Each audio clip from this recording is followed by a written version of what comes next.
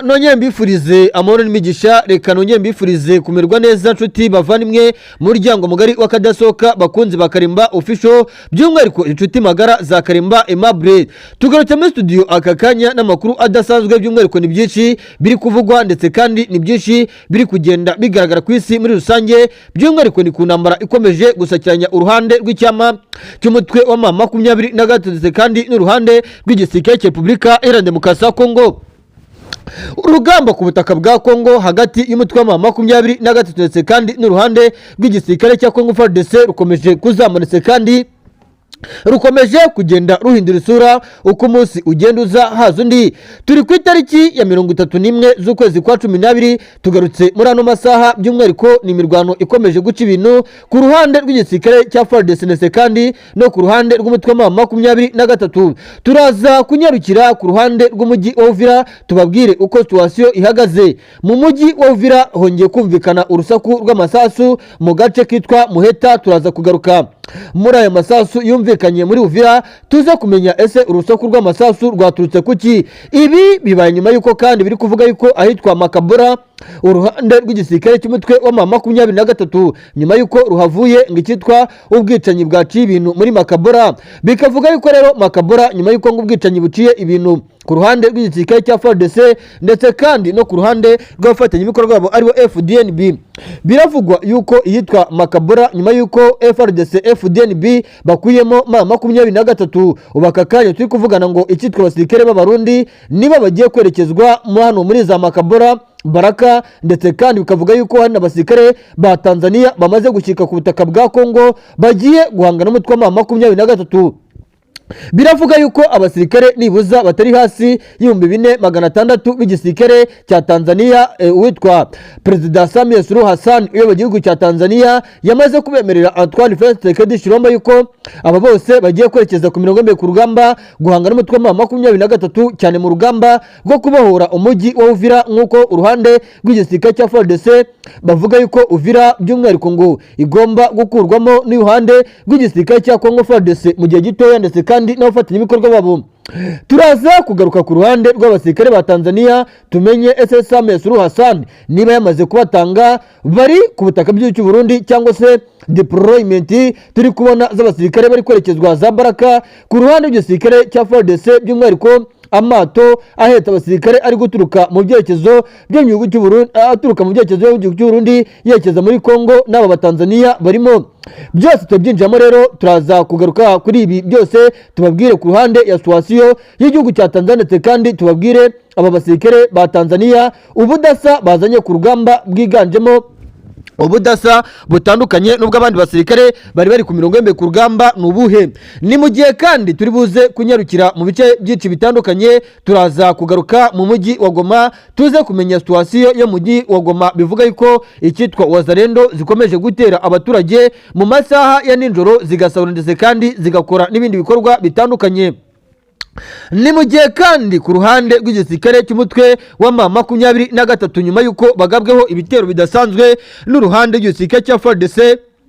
ku munsi w'ejo muri Rubaya, biravugwa yuko uruhande rw'igisirikare cya FARDC hari akandi gasozi komite twariye Masisi kagabwemo igitero n'igisirikare cya FARDC. Iki gitero kandi kikaza gushegesha bikomeye uruhande rw'umutwe wa M23. Ibi byose turabyinjiramo neza tuze kumenya uko situation ihagaze. Ni byinshi bikomeje kugenda bigaragara ndetse kandi ni byinshi bikomeje kugenda bivugwa ndetse kandi bigaragara, by'umwihariko aho urugamba rwakomeretse kandi rwabaye ihurizo ndetse kandi uko umunsi ugenda uzaza undi ni ku rugamba rukomeje kugenda rukomeretse kandi ni nako urugamba rukomeje kugenda ruba ihurizo. Turaza kugaruka kandi ku ruhande rw'igihugu cy'u Burundi bivuga yuko cyarashe ikitwa ibisasu byinshi muri pozisiyo yaho umutwe wa M23 uherereye. Ibi byose turabyinjiramo tuze kumenya uko situation ihagaze. Ni mu gihe kandi turi buze kunyarukira mu bice byinshi bitandukanye, mbabwire uko situation ihagaze muri Warungu mu ntara Kivu y'Amajyepfo, mbabwire uko situation ihagaze turaza kunyarukira ku ruhande rw'abaturage n'ubundi baherereye mu misozi y'iminembwe tubabwire icyo bari gukora ndetse kandi n'icyo bari kuvuga cyane ku ruhande rw'umutwe wa 23 ndetse kandi no ku ruhande rw'igisirikare cya Congo FARDC. Turaza kunyarukira ku ruhande rw'igisirikare cy'umutwe wa 23 bivuga yuko cyongeye guterwa ambushi mu misozi yo muri teritwari ya Rushuru, batezwe ambushi n'uruhande rw'abazarendo mu misozi yo muri Kivu y'Amajyaruguru hariya muri teritwari ya Rushuru. Ibi bibaye nyuma yuko uruhande rw'igisirikare cy'umutwe wa 23 gikomeje kugenda gihiga kandi kibasira bikomeye cyane uruhande rw'abazarendo kandi n'abasirikare ba FDLR bahereye mu misozi myinshi itandukanye. Bikavuga ko kandi ibitero bidasanzwe by'aba FDLR biri guturuka muri parike ya Virunga byerekeza ahitwa za Kimoka nabyo bikomeje kugenda bica ibintu umunsi ku munsi ndetse kandi n'isegonda ku isegonda ku butaka bwa Repubulika Iharanira Demokarasi ya Kongo by'umwihariko ku misozi myinshi itandukanye ya hano muri Kivu y'Amajyaruguru. Turaza kunyarukira muri deployment zidasanzwe ibutembo zikomeje kugenda zica ibintu n'ibikoresho byinshi cyane byiganjemo imbunda ziri mu bwoko bwa 12 PKMM zipakiye imodoka nyinshi cyane ndetse kandi n'ibikoresho byinshi cyane byiganjemo intwaro ziri mu bwoko bw'ama BM21 BM23. Ibikoresho biri kwerekezwa ibutembo bivuga yuko uruhande rw'igisirikare cy'umutwe wa 23 imigambi imaze iminsi icurwa n'uruhande rw'igisirikare cya FARDC ndetse kandi n'abafatanyabikorwa babo FDNB. Uruhande rw'icyama cy'intare zasarambwe ngo kwikura muri aka kaga biraza kubagora kuko uruhande rw'igisirikare cya Congo FARDC rukomeje gucura imigambi ikomeye cyane kandi imigambi ngishobora gushyira mu kaga gakomeye uruhande rw'icyama cy'intare zasarambwe nk'uko amakuru ari guturuka muri ibi bice akomeje kugenda atugeraho. Ni mu gihe kandi mu yandi makuru turibuze kugaruka ku ruhande rw'igisirikare cya FARDC nyuma y'ikitwa ifungwa rikomeye ry'uwitwa Sylvain Ikenge biravugwa ndetse kandi biremezwa yuko hari n'abandi basirikare bagera kuri 3 nabo bamaze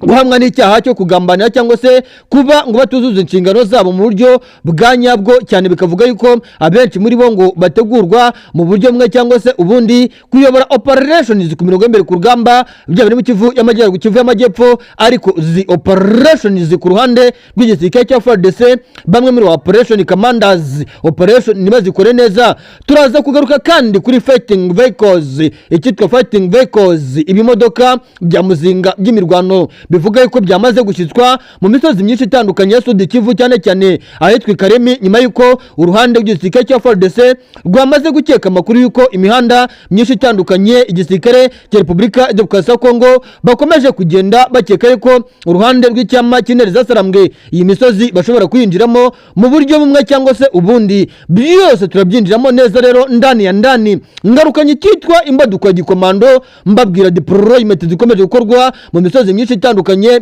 yo muri Sud Kivu ahitwa Karemi uruhande rw'igisirikare cya FARDC ngo bari kumenya amakuru yuko hari n'abaturage bashyigikiye uruhande rwa 23 nibuza ngo harabarurwa 25% by'abaturage bashyigikiye uruhande rw'icyama cya 23 Ikaremi bashaka yuko M23 yinjira Ikaremi. Bikavuga yuko uruhande rw'igisirikare cya Repubulika Iharanira Demokarasi ya Kongo ndetse kandi no ku ruhande rw'abafatanyabikorwa babo bakomeje kongera imisada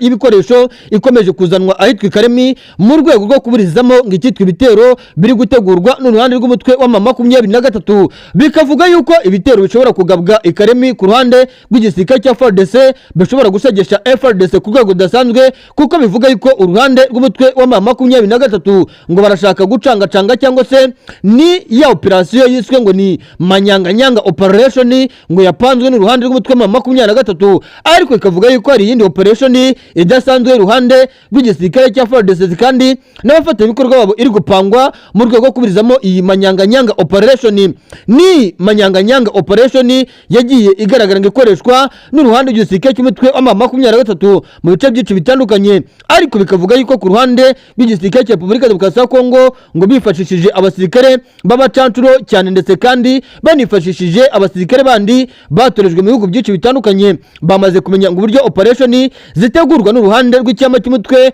w'intare zasarambwe, bakaba bagiye kuburizamo ibitero biri gutegurwa n'icyama cy'intare zasarambwe cyangwa M23 mu bice byinshi bitandukanye by'hano muri Sud Kivu, nk'uko amakuru ari guturuka muri Sud Kivu akomeje kugenda angeraho. Nshuti bavandimwe muryango mugari bakunze bakadasohoka, rero ndabwiza ukuri ko ibintu byongeye guhinda isura ku butaka bw'igihugu cy'u Burundi. Biravugonetse kandi biremezwa yuko abasirikare benshi cyane ku butaka bw'igihugu cy'u Burundi bakomeje kuvuga yuko ngo mu gihe ngo hataraba amavugurura akomeye hagati mu gisirikare cya FARDC, by'umwihariko kuvugurura uburyo deployment zikorwa ku ruhande rw'igisirikare cya FARDC, bigira ingaruka zikomeye ku ruhande rw'igisirikare cy'u Burundi FDN bikibe cyagiye gusapotinga FARDC. Biravugwa yuko abasirikare ba FDN benshi bamaze guhakanitse kandi no kwerura yuko ku mirongo y'imbere ku rugamba bagomba kujyana gakeya, bitewe n'uko ku ruhande rw'igisirikare cya FARDC ngo imitegurire, imigirire n'imikorere ku mirongo y'imbere ku rugamba bakomeje kugenda bigura intege. Ni mu gihe rero FARDC ishinzwa n'abasirikare ba FDNB kubatererana ku mirongo y'imbere ku rugamba, nk'uko amakuru ari guturuka hano ku mirongo y'imbere ku rugamba akomeje kugenda atugera, ndetse kandi bikagaragara yuko urugamba rukomeje kuba ihuriza, kandi bikagaragara yuko urugamba rukomeje kugenda rukomera uko umunsi ugenda uzaza undi. Nshuti bavandimwe muryango mugari w'akadasohoka, nubwo abasirikare b'Abarundi bakomeje kwinubira kujya ku mirongo y'imbere ku rugamba, ariko Abarundi muri briefing bumva kandi bemera bahabwa na Perezida Evariste Ndayishimiye, harimo briefing z'uko ngo igisirikare cy'u Burundi FDNB kigomba ngo kubohoza umujyi wa Uvira nyuma y'uko umujyi wa Uvira wigarurira n'umutwe wa M23. Bikavuga ko kandi hari na operasiyo zimwe na zimwe ziba mu mujyi wa Uvira zibasira cyane uruhande rw'igisirikare cy'u Burundi FDNB. Ni operasiyo bivuga yuko zikorwa mu buryo bw'ibanga rikomeye, nga igisirikare cy'umutwe wa M23 kigabiza uduce dutuwemo n'icyitwa ngo abasirikare bakekwa yuko bakuyemo impuzankano zabo bakisha mu bice byinshi bitandukanye by'hano muri Sud Kivu, nk'uko amakuru ari guturuka muri bice akomeje kugenda ngiraho. Ndetse kandi bikavuga yuko urugamba rukomeje gukomera cyane, kandi bikavuga yuko urugamba rukomeje kuba ihurizo ukurikije uburyo situation ihagaze. Ibintu bikomeje kuzamanitse kandi ibintu bikomeje kugenda bihindura isura. Ni mu gihe kandi igisirikare cya Repubulika ya Demokarasi ya Kongo cyo gikomeje kuvuga kiti twebwe tugomba gukora icyo dushoboye cyose umujyi wa Uvira ukavamo. Ni nyuma y'uko kandi abaturage bo mu gihugu cy'u Burundi nabo ubwabo bakomeje gusaba uruhande rw'igisirikare cy'u Burundi FDNB ndetse kandi na FARDC ngo gukura umujyi wa Uvira mu maboko y'umutwe wa M23. Nyamuneka ndabwiza ukuri ko ibintu bikomeje kuzamanitse, kandi nkanababwiza ukuri yuko urugamba rukomeje kugenda rukomera. EU nayo yamaganye amagambo ya Jean Ikenge, umuryango w'ubumwe bw'Uburayi EU nawo wamaganye amagambo ngo yibasira abatutsi aruka kuvugwa n'umuvugizi wa gisirikare cya Repubulika ya Demokarasi ya Kongo Sylvain Ikenge, nk'uko bikomeje kugenda bivugwa. Ni mu gihe rero bikomeje kugenda bivuga yuko ku wa gatatu w'icyumweru gishishe nibwo Sylvain Ikenge yavuze amagambo yafashwe nk'ay'urwango ku batutsi, ndetse ubwo yari mu kiganiro cyatambutse kuri televiziyo ya Repubulika ya Demokarasi ya Kongo. Icyo gihe yibasiye abantu bo mu bwoko agira ati iyo ushakanye n'umugore w'umututsi ugomba kwitonda cyane, ugomba kwitonda kuko baguha n'umuntu wo mu muryango we nka mwishywa we nka mubyara we uzi wawe, kandi atari mubyara cyangwa se mwishywa we, ahubwo ari umuntu uje kubyarana n'umugore wawe iwawe, bakakubwira ngo oya abana bavutse basa nawe kuko ari ngo abana ngo bavutse basa no mu muryango w'iwabo w'umugore, ngo kuko ngo umuryango wo mu bwoko bw'abatutsi ngo uganza. Ibi rero byavuzwe na Sylvain Ikenge bivuga yuko byamaganiwe kure cyane, ngari amagambo yo kwibasira ubwoko ndetse kandi yimira n'urwango ku ruhande rw'abaturage batuye ku butaka bwa Repubulika ya Demokarasi ya Kongo. Nubwo ariko biri kuvuga ku ruhande rwa Sylvain Ikenge wamaganiwe kure cyane n'uruhande wamaganiwe kure cyane na EU cyangwa se umuryango umwe w'igihugu cy'Uburayi, biravugwa ndetse kandi biremezwa yuko imirwano ikomeye cyane ndetse kandi imirwano ikomeje kugenda yiyongera mu bice byinshi bitandukanye. Ariko hari amakuru adasanzwe mfite aka kanya, amakuru yizewe bivuga yuko ngo uruhande rw'igihugu cy'u Burundi bwarashe ibisasu bigera ku 150 muri Kamanyora, ngo nk'uko iperereza ribitangaza. ubuyobozi bw'uyu mujyi wa Kamanyora uherereye muri teritwari ya Warungu mu ntara ya Kivu y'Amajyepfo burashinja ingabo z'u Burundi kurasa muri uriya mujyi ibisasu bibarirwa mu 150 ngo byagize uruhare mu ibura ry'ubuzima ry'abaturage b'abasivile batuye hariya muri Kamanyora, ndetse kandi ngo n'abandi barakomereka. Kamanyora hari mu hantu habereye imirwano ikomeye yahanganishije ingabo za AFC M23 ndetse kandi n'ihuriro ry'ingabo za FARDC rirwana ku ruhande rw'ubutegetsi bwa Kinshasa. Abaturage rero bavuka muri bice ndetse kandi bakomoka muri bice bavuga yuko nibuza ibisasu bigera ku 150 aribyo byaguye muri ya misozi ya Kamanyora, nk'uko abaturage batuye muri ya misozi bakomeje kugenda babivuga. Nubwo ariko amakuru atangazwa y'ibyo bitero byagabwe n'uruhande rw'igisirikare cy'u Burundi bakoresheje imbaraga zimwe cyangwa se izindi, ahubwo biravuga yuko ngo ku ruhande rw'igisirikare cy'u Burundi bari gutegura ibyago bikomeye cyane ku ruhande rw'umutwe wa 23, kuko biravuga yuko imigambi ikomeye cyane ndetse kandi imigambi itoroshye ku ruhande rw'igisirikare cy'u Burundi ikomeje kugenda icurwa ku rwego rudasanzwe, kandi bikavuga yuko mu ntangiriro z'umwaka aribwo urugamba rushobora kuzagenda rukomeretse kandi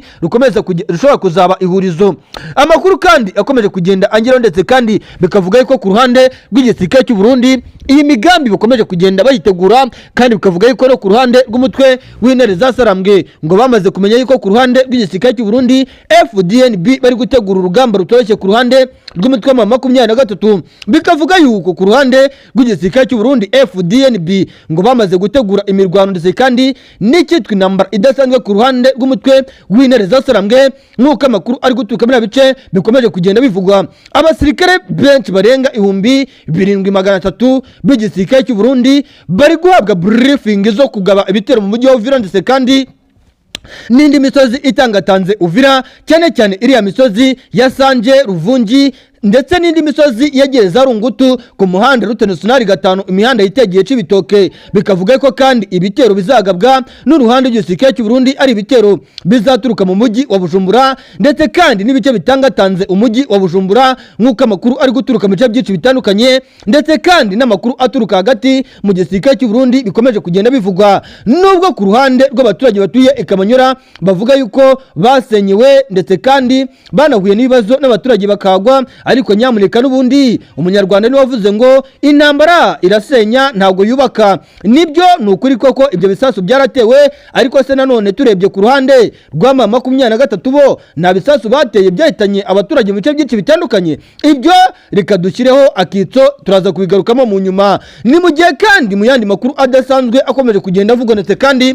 byinshi bikomeje kugenda bigaragara ku mirongo y'imwe ku rugamba mu bice byinshi bitandukanye, byaba ari muri za Makabora, mu misozi ya za Baraka, mu misozi ya za Fizi ndetse kandi mu byerekezo byinshi bitandukanye ku ruhande rw'igisirikare cy'u Burundi FDNB ndetse kandi na FRDC bari gutegura icyitwa urugamba rudasanzwe ku ruhande rw'umutwe wa 23. Bikavuga yuko ku ruhande rw'igisirikare cya Repubulika Demokarasi ya Kongo impamvu bari gutegura imirwano idasanzwe ngo nuko ku ruhande rw'igisirikare cy'umutwe wa 23 bari gukeka yuko imisozi ya Fizi, cyane cyane imisozi ya Musingilo, imisozi ya Kalemberembe, imisozi itandukanye ya za Marindi, Biera hafi y'icyaga cya Tanganyika birakekwa ndetse kandi biranugwanugwa n'uruhande rw'igisirikare cy'u Burundi FDNB na FRDC yuko uruhande rw'umutwe wa 23 rushobora kuba rwamaze kwashinga amatako. Bikavuga yuko kandi ngo abasirikare bari kwezwa muri bino bice ari abasirikare baje guhangana n'uruhande rw'igisirikare cya FARDC. Bikavuga ko kandi ari abasirikare bikitwa abakomando cyangwa se babandi bakwinda kwita ngo n'abanyadushoka, abahanga no kurwanira mu mazi, ngo abahanga mu kurwanira ku butaka no mu mashyamba. Kandi bikavuga yuko abangaba ngo baje kuzimirizamo cyangwa se kubirizamo ibitero by'igisirikare cya FARDC ndetse kandi na deployment zikomeje kugenda zikorwa ku ruhande rw'igisirikare cy'u Burundi. Ariko mu makuru mfite yizewe ndetse kandi 100% bikavuga yuko imigambi yo kuburizamo imbaraga z'igisirikare cy'u Burundi igoranye cyane, kuko ku ruhande rw'igisirikare cy'u Burundi FDNB biravugwa ndetse kandi biremezwa yuko igisirikare cy'u Burundi FDNB cyamaze kwamburira urugamba kandi na FRDC ku rwego rudasanzwe ukurikije amakuru ari guturuka ku mirongo y'ebe ku rugamba. Nshuti bavandimwe muryango mugari bakunzi bakadasohoka, ibintu byongeye kuzamuretse kandi byongeye gukomera cyane. Nongeye kubifuriza kugira impera nziza z'umwaka, nanabashimira kubw'icyizere mudahwema kunyereka mu izina rya Karemba Official. Ndabakunda kandi mbahoza ku mutima kandi mbifurize intangiriro nziza z'umwaka wa 2026 uzababera umwaka mwiza, muzaboneramo amahoro n'imigisha bikomoka kuri Nyagasani, impagarika n'ubugingo mwabuze mu mwaka wa 2025 muzazibone mu mwaka wa 2026. Nshuti bavandimwe muryango mugari bakunzi bakadasohoka ba Karemba Official, ndabakunda cyane.